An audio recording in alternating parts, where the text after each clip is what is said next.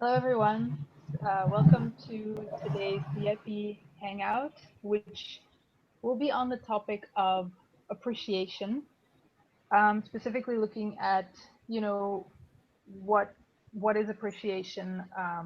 What does it mean in terms of your relationship with yourself? How can there be issues or problems um, within how appreciation plays out inside of yourself, and many more. You can feel free to post questions and comments so that we can discuss them in the Hangout. We would very much appreciate that. So, with me are our guests, Paul from Canada, which is where I also am. Hello, Paul. Hey. And Gabriella from the US. Everyone. So I'm gonna go to Paul first because the topic of this hangout was kind of his idea because of an experience that he's been having lately. So Paul, I was wondering if you can just share your experience so that people know, where you're coming from and what your specific experience is with appreciation. Yeah. So I was. Uh, yeah. Many times I'm often like looking at other people for appreciation, like wanting them to compliment me or something like that. And I was building an order at work, and it was going together well. And I was projecting my appreciation into another person, wanting them to see the build and then compliment me, saying like, "Oh wow, that's a good build." Um, and thus I was separating myself from my own appreciation. But I was having a look at that thought afterwards, and what came up was the realization that I was actually thinking that about myself, but like just separating it from myself through wanting another person to compliment me on it. So I realized that I was appreciating myself with that build, um, but only separating myself from it through projecting it onto another person. So that's where the I guess idea for this came from. So basically, you found yourself in a point of wanting appreciation from the people around you, and then kind of going into your mind about it by imagining yourself getting what it is that you want. Yeah, Like, and at the same time, not realizing that I was giving it to myself anyways, just projecting it onto another person, and thus separating myself from it. right, yeah. Cool. Barb, do you can you relate to that experience, or do you have other experiences that you might like to share? Definitely, yeah. I can relate to Paul, but the way I lived self-appreciation was I was like on a mission to live this within myself since I started process because I was very like insecure, introverted, shy, and I wanted to, and I kind of lived those things within myself, thinking that I'm less than people, not being, secure within myself when I'm with other people. So there's always this kind of uncomfortableness in social settings and, judgments and things like that. So as I started walking my process and realizing that, okay, I can change and I just have to figure out how to do this, I kind of made it my mission to accept myself, like really live that for myself. So, I mean, my whole process has basically this has been one of the major points I've been walking is from self-judgment to self-appreciation or self-acceptance. So that's kind of how I've walked the whole point. Yeah, I completely agree with that. I mean, it's been coming up more and more and more within my life recently. Before that, I haven't been aware that I haven't been appreciating myself or accepting myself. And yeah, only recently this point has been coming up to like a forefront, and I'm seeing how often I am actually thinking about how other people see me and wanting to kind of adjust myself to fit their perspective or my idea of their perspective. And yeah, I'm becoming more aware of each thought, and every time that I do, I change my mode of thinking, and then I just apply myself back to here. It's like, yeah, I know myself. I don't have any real worries about who I am, and yeah, it's getting a lot better. Cool. You? So, well, actually, when Paul brought up the topic, I immediately within myself was like, oh yeah, I'm also like that, or I recognize myself in that kind of thinking process and thinking pattern a lot, because like throughout my life I was a very kind of mental person, in terms of I would just often like be sitting somewhere and kind of completely drift off in my mind, and usually it would involve me creating imaginations wherein I would project myself receiving some kind of appreciation, some kind of like recognition from other people, and usually that would be where I would do something really cool, and then everybody else around me would be like, "Oh my God, that's so awesome!" Just so that I could feel, a little bit good about myself. So I mean, obviously, that's showing that I was also a very, very insecure person. But what I realized throughout my process, once I realized and understood that, like, oh my God, I'm actually very insecure, and I'm actually most of the time feeling very badly about myself, and it was really bothering me. Like, I would also find that there's this huge lack of things like acceptance within myself, and just appreciation, and just constantly feeling as if I'm inferior and I'm not good enough and things like that. So what I realized is that, the first problem I was facing is that, I need to stop going into those imaginations all the time. That was the reason why, or one of the reasons why I was feeling underappreciated, is because like I was it's like every time I go into an imagination like that, what I'm basically telling myself is, I don't get enough appreciation, like I don't get enough acceptance, I don't get enough attention. And even though on the one hand I'm creating the experience as though I am getting it because of that imagination where I pretend that I'm getting it, even though on the one hand I'm creating that experience, on the other hand, by doing that in my mind, I'm actually telling myself over and over and over again, I need more attention, I need more appreciation, I need more of this stuff. So basically creating more lack. So, that was an interesting kind of vicious cycle to realize and see that was existing inside of myself. And once I could understand what I was actually doing, it was a lot easier for me to stop going into those things. So that's my experience in relation to the word appreciation. So for the next point, I was wondering if you guys could share a little bit about how you have been able to transform that kind of lack of appreciation within yourself so far. Like, have you been able to transform or change it in any way? And if so, how? Garb, could you start with that? Yeah, sure. So what I was pretty sensitive to the energy experiences growing up. So I was also bullied when I was in middle school. So through those experiences of being bullied, I had like an extreme feel of what it feels like to be like humiliated in front of other people, and obviously that feeling is not a good feeling. So I kind of created my life from that point on more within myself. I kind of created, a world for myself where I was more alone than with people.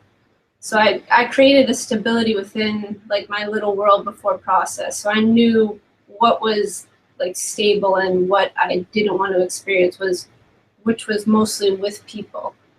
So it's interesting. So I had an idea of what this stability feeling was. And so when I found Desteni and I realized, that this is not actually, because I still obviously went up and down in emotions and had all those experience, the highs and the lows and things like that. And you never really are like stable and comfortable in your life, or I wasn't in my life. So I wanted to find a stability, like a comfort within myself and a security, because I recognized that in myself throughout my life, like a trust within myself. I knew on a certain level that I did trust myself, and I did have confidence in certain situations, so I recognized that, and I wanted to build that within myself in a way that, it's real, like, I'm directing it. So when I found Desteni, it was like, I knew I had to walk this process. There was no other option for me. So I just started walking the tools, the self-forgiveness, understanding myself as a judgment, thought processes. A lot of my judgment was based on the way I looked, so I had to really walk a process of accepting my physical body and walking words like, when I meet other people, I live words like physical, like we're all physical expressions here. We're not, what we look like is not defining who we are. So living words has been really supportive. And this appreciation word, I've redefined it as to appreciate myself in creation. So if you look at the word appreciation, it's got A-P-P-R-E. So I have appreciate there, and then the I, and then the Asian at the end is creation. So I broke it out, appreciate I in creation. So it's basically saying that to appreciate myself in what I'm walking in my life, like I've created principles for myself, I've created goals, I've created a focus of, living my highest potential, and appreciate that I'm actually walking this process diligently and I'm dedicating myself to this, and appreciate that I'm doing this for myself and for others, because once I'm stable, I can support other people to be stable like me. So it's always been about making myself better, being an example, and helping other people and creating solutions for myself and for this world. Cool. So yeah, that would be like the living word of appreciation, which is that you kind of automatically appreciate yourself just through walking the process of creating yourself. Mhm. Because you know who you are in what you're doing, and you know that what you're doing is best for yourself and everyone. Right, and I didn't come to define these words till probably like a year or two ago. So I walked probably 4 to 5 years deconstructing myself as these judgment patterns. Everything that goes on within myself. Self-judgment, like, I can't even think of other ones, fear of loss, all sorts of patterns that I was, living out day to day. It took time to walk through all that. And then I finally got to the words self-acceptance and self-appreciation, which kind of came later on after I've walked a lot of the layers in my mind. So it's not something I just came to quickly. It took quite a process to get to the point where I could, redefine these words and live them. Yeah, that's something I've also found. Like, I've personally also had to walk through a lot of like, judgment, self-judgment patterns and stuff in my mind, where everything seems very overwhelming and it feels like you're just being knocked down the whole time. And it's only once that I became a little bit more stable and wasn't in that pattern the whole time that I started to consider, looking at you know, what it actually means to accept myself or appreciate myself. Like, I started to consider that there might be a different way of existing, you know, like suddenly your eyes kind of open as to or towards what else is out there for you. So someone, uh, Ashish posted a comment or a question. Is it something like creating your safe circle Okay. There you go. to separate yourself from negative influences? Okay, that's an interesting question. I would agree with that. I mean, like, well, so most of the negative influences came for me from social interaction. So my safe circle would be basically alone, doing my own thing. You know, I guess for some other people it could be their safe circle as being the group of friends that they've hung out with since childhood, where you know all the patterns and everything, and you don't really need to explore any new social interactions, right? It's the safe circle. And yeah, I would agree because like um, for a long time there, I was always feeling uncomfortable in new social interactions. Like going to go meet new people, I would constantly worry about what to say or how I'm saying it or something similar along those lines. And yeah, my safe circle was removing myself from that so that I could feel decent about myself and not have those negative influences from the judgments of myself interacting with the different people. So basically, your negative influences was yourself. Oh yeah, it always is. Okay. So wait, how did you deal with that? So you like did you kind of remove yourself from the situation where you started judging yourself in for a moment? Um, well, Or how did it you took me a long time. Like for a long time there, I was just constantly replaying what I have said to people, like within like the interactions that just took place, and like replaying it and then judging myself on it. It's like, oh, why did I say that when I could have said this? Um, but I'll, I guess, just becoming a bit more stable within myself. My communication with people have gotten a lot better, and I don't go back and think about what I said or what I could have said. It's just yeah, it's just me here now. so how did you develop that stability? I don't know exactly. um, Like let's say that, you know, you felt like someone was judging you in a certain situation, which would be like a negative influence where you feel bad inside of yourself. yeah, So, how would you handle that now, like looking back on situations like that? What would be your perspective on that? say that in like a different way.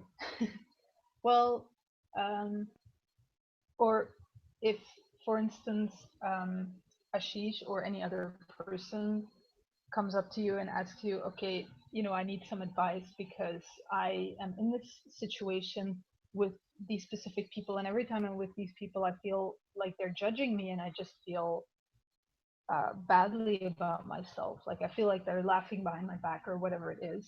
Uh, Like, what can I do to?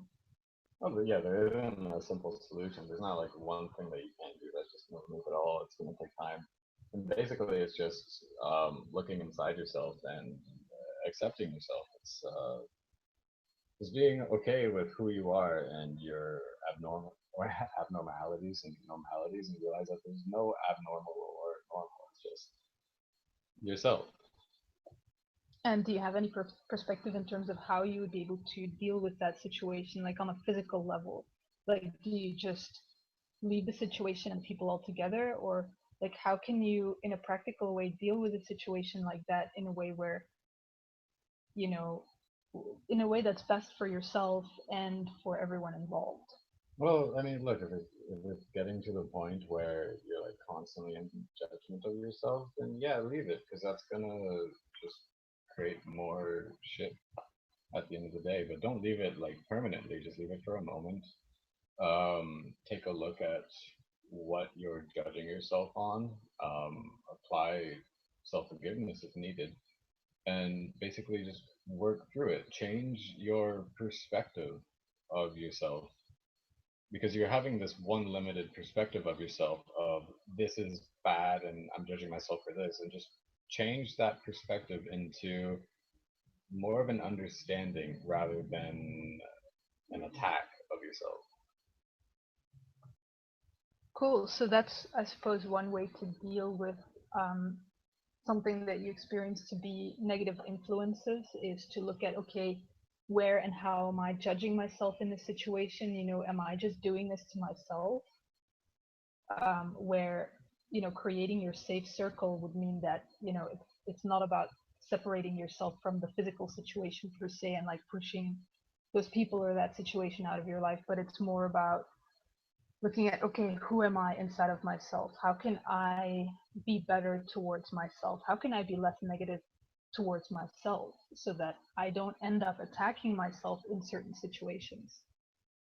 But that's like obviously one dimension of it. Obviously, there can be different situations where there are actually people in your life who are harming you in a certain way, but there you have to be clear with yourself and honest with yourself about who you are in relation to yourself, and like, so you can look at the situation with clear eyes and see the difference between what is really abusive coming from other people and what is actually abusive coming from yourself. Yeah. Garb, do you have any perspective to share on um, Ashish's question? It's something like creating a safe circle to separate yourself from negative influences.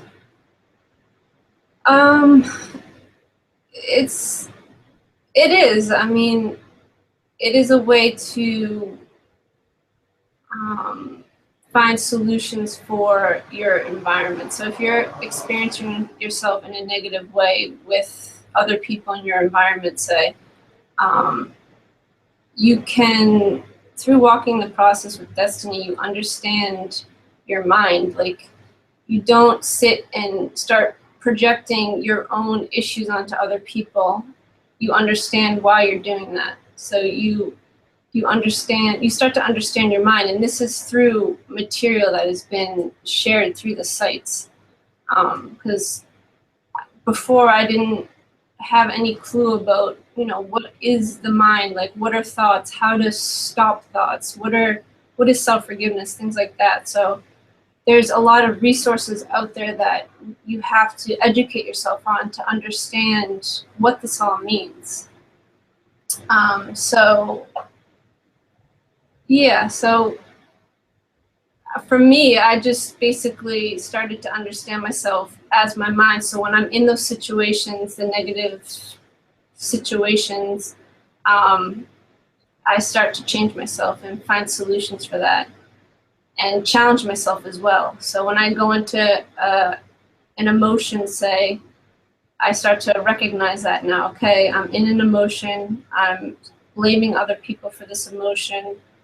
Obviously, I'm responsible for my own self, and I understood that through, again, the material. And ways that supported me with self-forgiveness and breathing through the emotions. So yeah, just basically finding solutions for yourself, whatever that takes.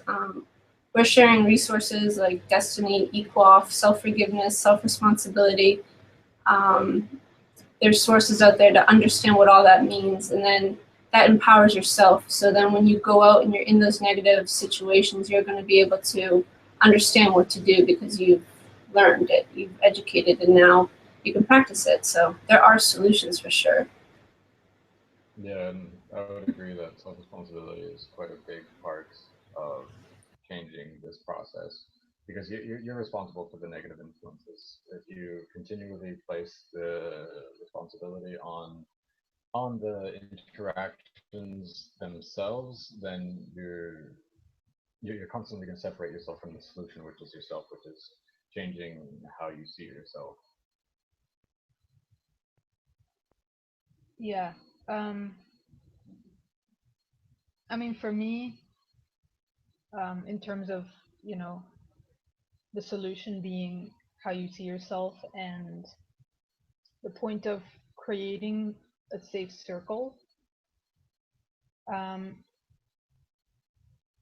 like now, I used to, before I found Destiny, before I walked my process of getting to know myself and getting to know my mind, like I would, in most situations with other people, I would feel attacked and I would feel judged like all the time. Like it was pretty bad for me because I would have that feeling like constantly, like there's just these negative thoughts and judgments of other people coming towards me, and I would just feel very bad about myself the whole time. And so my safe circle in a way was where I was just alone by myself and I wasn't faced with anyone else.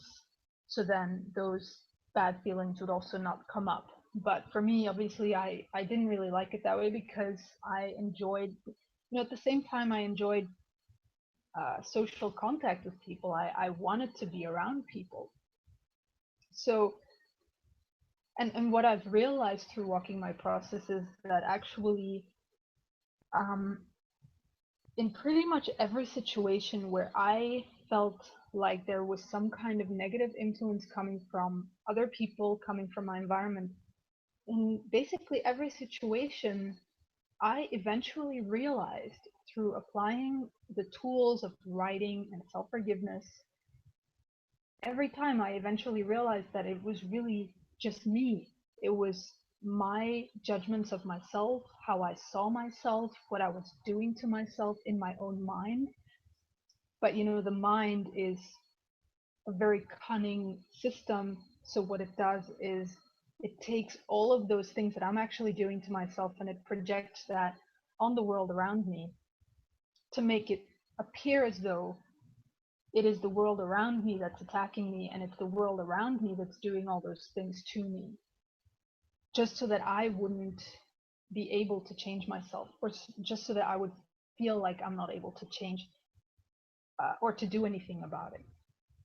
So my perspective on creating your safe circle is that right now I understand for myself that my safe circle is my writing and my self-forgiveness, is when I sit down on my in front of my laptop and I write about my day. I write about my experiences, like I put it all out onto paper, and I, for myself, release my own emotions and judgments and feelings and everything. Or it's when I'm in a situation where I feel bad about myself, where I feel like I'm being judged, and I just take a moment and I apply self forgiveness on judging myself. I apply self forgiveness on projecting my judgments onto the people around me. And that for me is my safe place. And, that safe place is something where I'm not separating myself from my environment, but I'm actually using that safe place to support me so that I can go back out there as sort of a new and different, improved version of myself, where now I don't feel attacked anymore, I don't feel judged anymore, and those negative influences have been resolved because I've done that for myself in my own safe place. So I hope that all of our perspectives is satisfactory for your question. So Thank you. thank you. So does anyone want to bring up a certain, a specific dimension of appreciation or self-appreciation to look at this point in the Hangout? Sure. For the most part, what I see appreciation is coming from is always from another person. Like when I take a look at appreciation and the definition of the word, it's always like I'm appreciating somebody else or somebody else appreciates me. Like we always need that outside source to feel appreciated, to feel valued. Um, and that, from what I see, that exists most places within the system. Like from work, if your boss says or your supervisor says something nice towards you or compliments you on your work, you'll then feel appreciated. Or if that doesn't exist at all, then you won't feel appreciated. But it could, that point of appreciation just can come from yourself and looking at what you're doing and what you're applying within yourself, within the small or the big. I mean, like it could be a very small improvement that you can feel like satisfied with yourself about and appreciate yourself within. And that removes the need for the source of appreciation to come from another human being or another, yeah, another external stimulus. Maybe that's all I got to say. Do you have anything, Tara? Can you hear us? Oh, you're still on mute, I think. Sorry. Okay. Yeah. Okay. So what was the question? Well, I asked the question if either of you two have anything you want to bring up, like a dimension of appreciation that you might want to look at. And then Paul brought up the point of that we tend to like project appreciation onto other people, like we want other people to appreciate us. That's when I look at it, usually the word appreciation is associated to an external stimulus. And then we were asking if you have something to add to that, or yeah. Yeah, I mean, I can relate to that appreciation point from others. You know, always needing people to show me who I am through telling me nice things about myself. So kind of walking through my life, always having, I related to you a lot, Kim, with like always having this negative experience and like people are attacking me. And what I realized as well was that I was actually attacking myself in my own mind. Like I was a bully in my own mind to myself. So that's what I created in my reality. People are bullying me while I bully myself in my mind. So walking through reality, you know, waiting and looking and trying to figure out, you know, who I am based on what other people told me. And that kind of living was just, it was not a comfortable, fun life. So, you know, I basically realized that I've got to figure out how to appreciate myself, and I can't be defining myself based on how others are seeing me or how, like, waiting like on the edge of my seat to see if people like think what I'm doing is good or bad. So I've applied this a lot at work, where I would let go of that whole point of waiting for people to tell me what's good or bad, and I would just do something to the best of my ability. I was into sports as well, so I kind of always, this was one point in my life that I always did full on. I was competitive in sports, so I was always doing my best. Like I always wanted to be the best in sports, so I had kind of like challenged myself within that, and that actually moved into my work environment. So I would just sit and do a project, and I just do it to the best of my ability. And then the appreciation came from other people, but I appreciated myself as well, because I know I put everything into that, and it was recognized within my environment because of what I did within my working, like how I built that project. I did it to the best of my ability, so I was proud of it.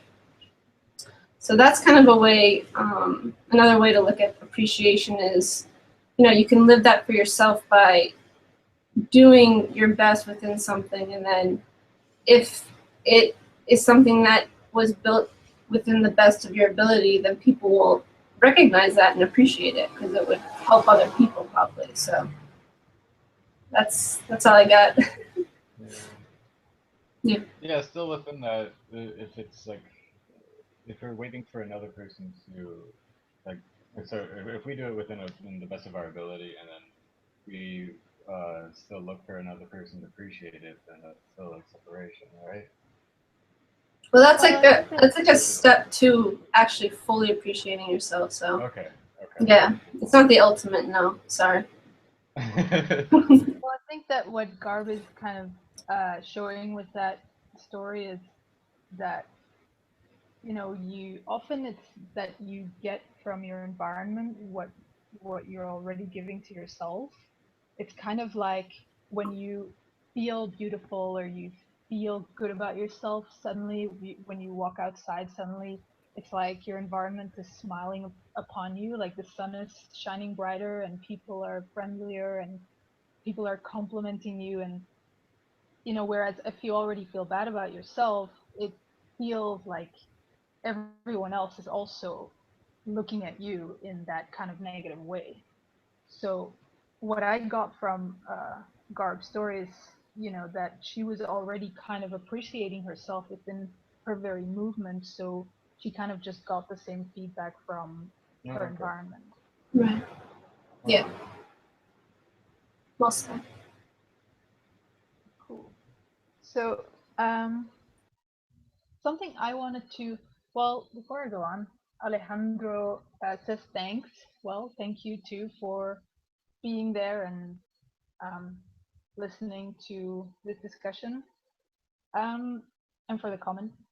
So I was thinking just now about a dimension of appreciation that I wanted to bring up still, that I thought was pretty interesting, but kind of slipped my mind now. Had something to do with appreciation. Oh, right. It's like what I found in my process is that the reason why I would often be very judgmental of myself and like not have any appreciation for myself is because I was measuring myself against these standards of society. Like, I don't look like your average typical pretty beautiful girl, or I have certain features about my face that are different from what you might find in magazines or how women are generally portrayed. So that's why I always thought, you know, there's something wrong with me or I'm not good enough. But, you know, through walking my process of kind of disengaging and releasing those kind of judgments, I actually found that there's an appreciation within realizing my own uniqueness.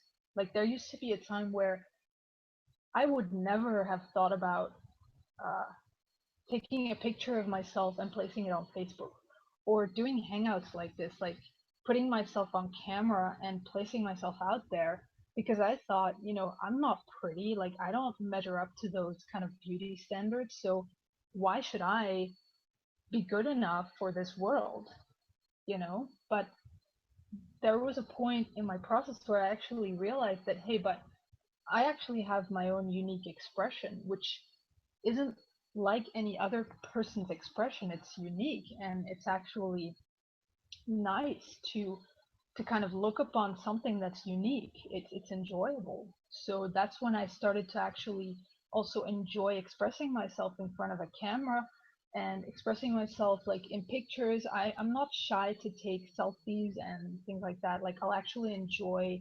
smiling and I'll actually enjoy expressing myself because I know that I have a unique expression and it's actually enjoyable to express that uniqueness that is me.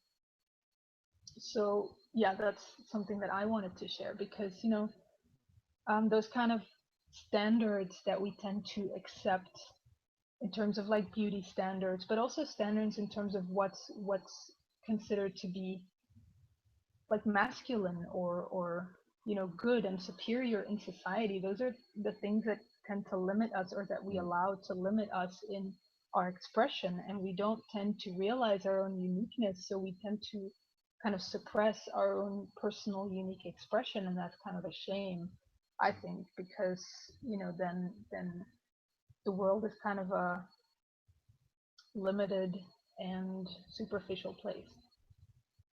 Yeah, I agree. I mean, the standards of the image point for females and males is quite a difficult one to get over. And you're right, it's recognizing your own uniqueness. It's realizing that you don't fall into those standards and nobody ever does, and that they're superficially created. And then, yeah, recognizing your uniqueness and embracing it and expressing it. Yeah. Cool. Yeah, also the point that, you know, we live up to this expectation, like you said, with these standards, and it's, the pictures are all, you know, altered and stuff. So it's like a perfect looking picture, but everybody has abnormalities within some part of their body. There's no one that is perfect physically. And it's just to understand that what's being portrayed on the screen is not necessarily what is real. Like, and I agree with what you said, Kim.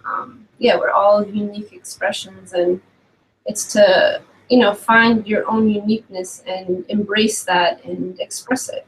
And like you said, it is very enjoyable. Because you're not looking at, you know, the polarity of good and bad, but you're more just in the moment, just expressing who you are and what you want to express out. Yeah, and also, I found that with walking process, it was the same thing. Like in the beginning, when I started speaking about, you know, self-forgiveness and self-honesty and taking self-responsibility and stuff like that, I found I was looking for appreciation from other people. Like that's why I was talking to my family and my friends and everyone about this stuff, because to me it made sense. To me it was like, yeah, this is awesome. And I was looking for their appreciation, but it's like they didn't see it the way that I was seeing it. So then I started feeling really bad about it. I started feeling like I was doing something wrong, or that, you know, there was something wrong with me for thinking that this stuff is cool, you know. But it's only through actually having walked my process for myself that I started to realize that, you know, like the people out there or society in general and the things that society appreciates isn't necessarily what is best, you know. So appreciation is something that you have to develop for yourself, like where you have to actually trust yourself that, you know, the things you know are good. Like when you do certain things and you know in your heart that what you're doing is what is best for yourself and for the world, it's like you have to trust yourself and you have to appreciate that voice inside of yourself, that really, or that knowing and awareness inside of yourself that, you know what you're doing. You know, and not look for appreciation from anyone else, because people might not necessarily agree with you. And if you look for appreciation from other people, then you might just end up feeling very disappointed and you know, being let down and give up on what you're doing, you know, because you're allowing appreciation to exist externally. So that's something I just wanted to. So a question from Steve: could you maybe talk about self-appreciation compared to self-love? I feel they share similarities. Who would like to give perspective on this point? Yeah, I can. Or Garb? Go for it, Paul. Okay. Yeah, I would say that they are basically exactly the same. It's just different terms. Because again, within the world, love again is usually seen as something that people need to give to us, and rather us give to ourselves. And same thing with appreciation. I mean, like, when Kim and I were looking at how to create a title for this, I mean, it's like how to recognize your own self-love or self-appreciation or self-gratitude. They do have similarities, and how I see living them would be basically the same. Yeah. Yeah. No. Yeah, cool. Garb? For those self-appreciation, I basically just redefined both the words. So, and they both, like appreciation, I more saw as appreciating myself and my own process. But through that, appreciating others as well, obviously, within who they are and how they walk their process. In self-love, I redefined that word as like all one, like we're all one. And basically just living what's best for all. If you live in a way that you're supporting everybody, then that's real love. It gets to benefit. So yeah, I would say they are pretty similar. Yeah. Well, I would say that I agree that certain words are connected, like appreciation might be connected to the word love and to the word acceptance and to the word support. Because if you appreciate something or someone or yourself, it's like you're kind of also expressing all of those other points, like, you know, a form of unconditional support, unconditional acceptance, things like that. But I think that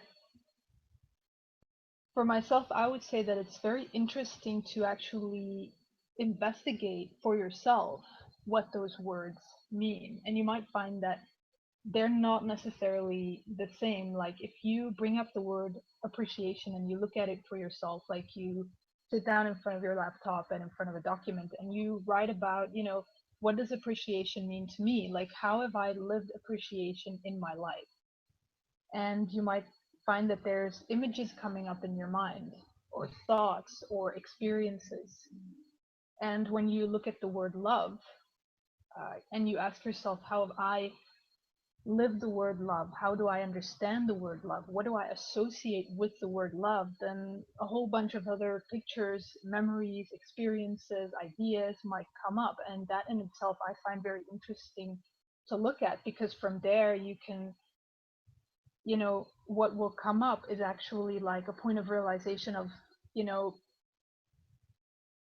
these, all of these pictures and memories and experiences coming up, it's actually very much influenced by the world, like society and the media, and you know, it's all of these kind of pre-programmed pictures, images, ideas and stuff coming up. And you know, if you ask yourself, like, what do these words actually mean to me? Like, how would I practically be able to live the word love or live the word appreciation in my everyday life for myself and for others? And what kind of definition would I give to these words? You know, it would be very interesting what you might come up with once you start kind of realizing that very often these kind of words and the way that we live them and experience them has been completely influenced by the society that we live in, by our environment. And we've never for ourselves taken the time to really look at these words and ask ourselves, how would I live these words and what do they really mean to me on a practical, realistic level? Yeah, and to add to that, I mean, if you're going to look at redefining the words and you feel that you're living them in similar manners, then yeah, there are similarities. Yeah. Yeah. Cool.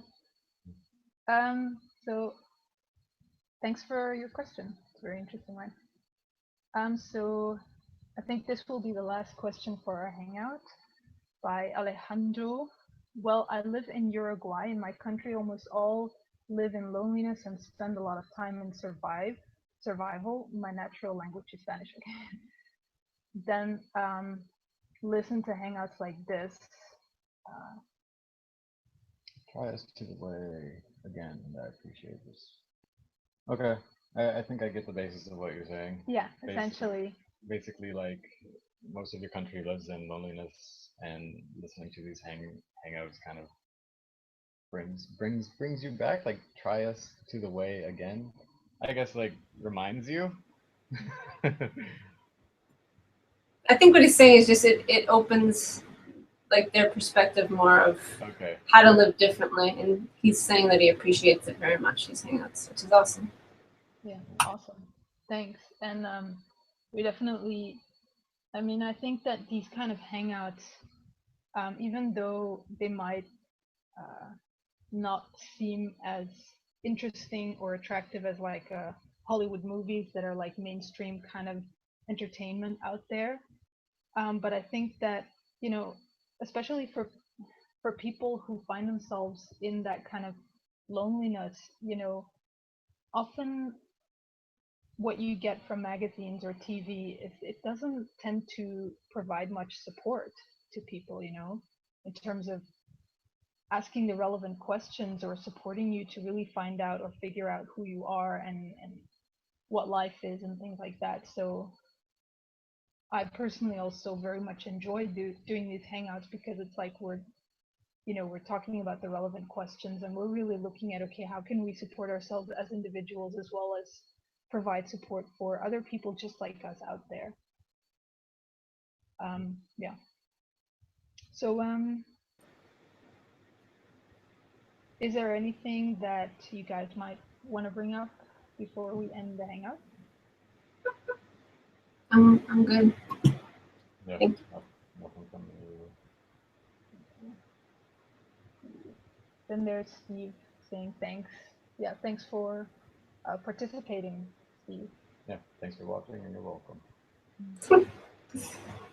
Alrighty, so yeah, I really enjoyed this hangout. Thanks for being there, Garb and Paul. Thanks for having me. All right, It's so fun. see you around. Bye. Bye bye. Bye.